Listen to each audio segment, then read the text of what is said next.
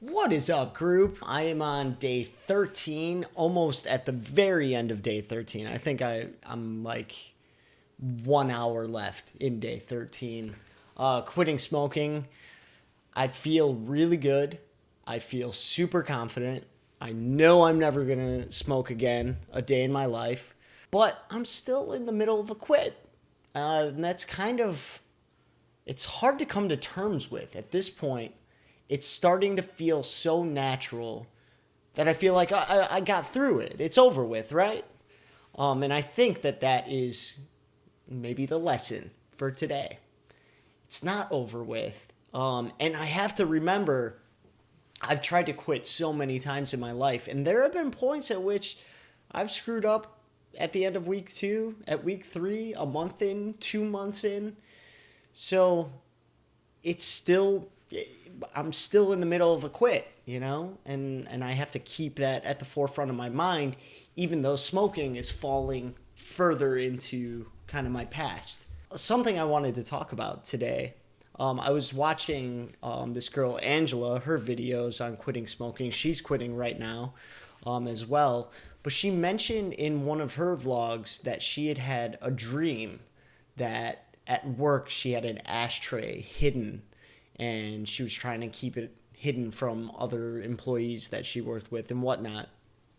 And for me, I've actually had smoking dreams the last 2 nights, last night and the night before, dreamt about smoking. And I remember when I quit for 3 years, I actually had smoking dreams throughout that 3 years, a year in, 2 years in.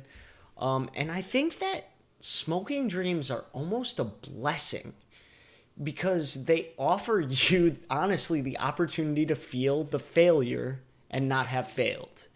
So, you know, in life, if you were to decide to succumb to an urge and go get cigarettes, you would smoke and you'd be kind of back at square one, and that really blows. And you'd have made a mistake, and you'd have a point at which you'd know at that point that you could move forward and try again, or just completely regress.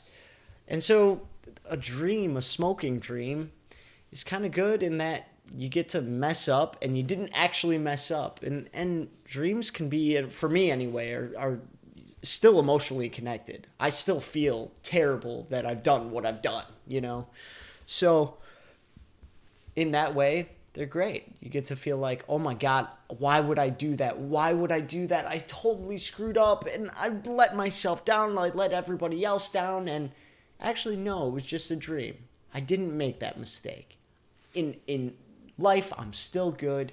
Man, I know not to make that mistake. So, in any case, one other thing I've noticed, this is a